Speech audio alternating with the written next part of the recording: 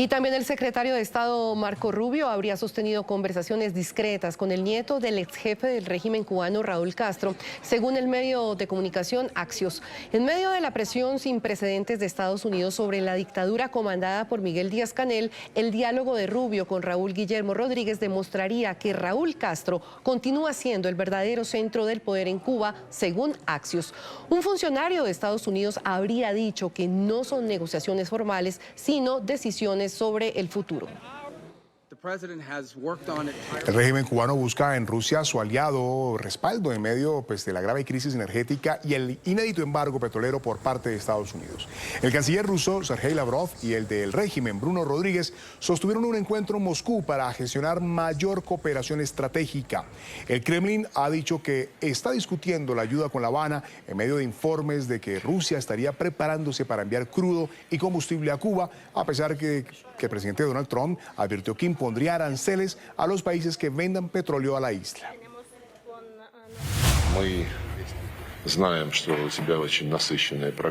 Sabemos que tienen una agenda muy apretada que abarca todos los aspectos de nuestras relaciones bilaterales, incluyendo asuntos comerciales, económicos, de inversión y financieros. Esto es especialmente relevante dada la situación en la que se encuentra Cuba, un país hermano, como resultado de las acciones de los Estados Unidos, que tras un bloqueo de más de 70 años amenaza con intensificar aún más sus acciones inhumanas e ilegítimas.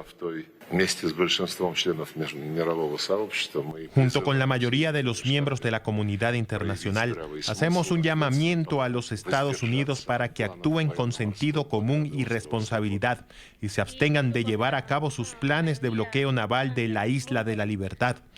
Y por supuesto rechazamos categóricamente las acusaciones descabelladas contra Rusia y Cuba en relación con nuestra cooperación, que supuestamente supone una amenaza para los intereses de Estados Unidos o de cualquier otro país.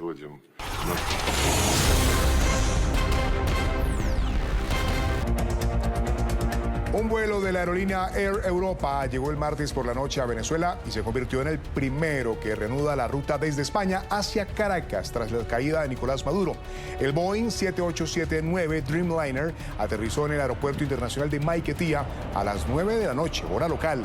Las aerolíneas comerciales habían interrumpido sus vuelos hacia Venezuela a raíz de una advertencia de Estados Unidos el 21 de noviembre sobre riesgos en la zona por actividad militar. Sin embargo, los cielos venezolanos fueron reabiertos el 29 de enero por orden del presidente Trump. Avianca, Copa y Wingo reanudaron ya sus vuelos desde y hacia Venezuela, mientras que otras aerolíneas como Iberia, TAP y American Airlines manifestaron su intención de retomar sus operaciones. El primer ministro y ministro de Exteriores de Qatar, Mohammed bin Abdulrahman Al Thani, está desde ayer en Caracas en una visita estratégica. Según la Cancillería de la dictadura, el objetivo es reforzar alianzas bilaterales, mientras Washington mantiene una estricta vigilancia sobre las operaciones petroleras bajo el encargo de Delcy Rodríguez tras la captura de Nicolás Maduro. El Emirato de Qatar actúa como el custodio financiero. Las rentas petroleras son depositadas primero en cuentas cataríes para luego ser transferidas a Venezuela bajo supervisión de la Casa Blanca, garantizando que los fondos se destinen exclusivamente a fines de desarrollo. Qatar consolida así su rol como el mediador entre Caracas y Washington. Desde la captura de Maduro, Washington no solo ha flexibilizado las sanciones al crudo venezolano, sino que también ha establecido un mecanismo inédito de control sobre los ingresos petroleros.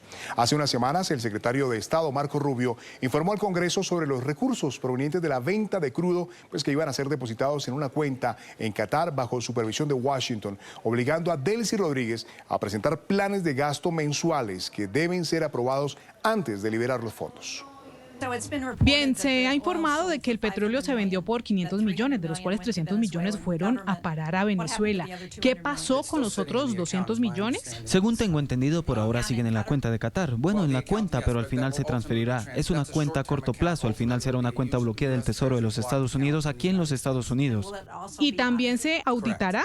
Bueno, la auditoría se centrará en los gastos. Al principio les diremos en qué se pueden gastar el dinero. Insisto, no me refiero a todos los demás ingresos que pueda tener el gobierno venezolano. Estamos hablando de los ingresos procedentes del petróleo sancionado.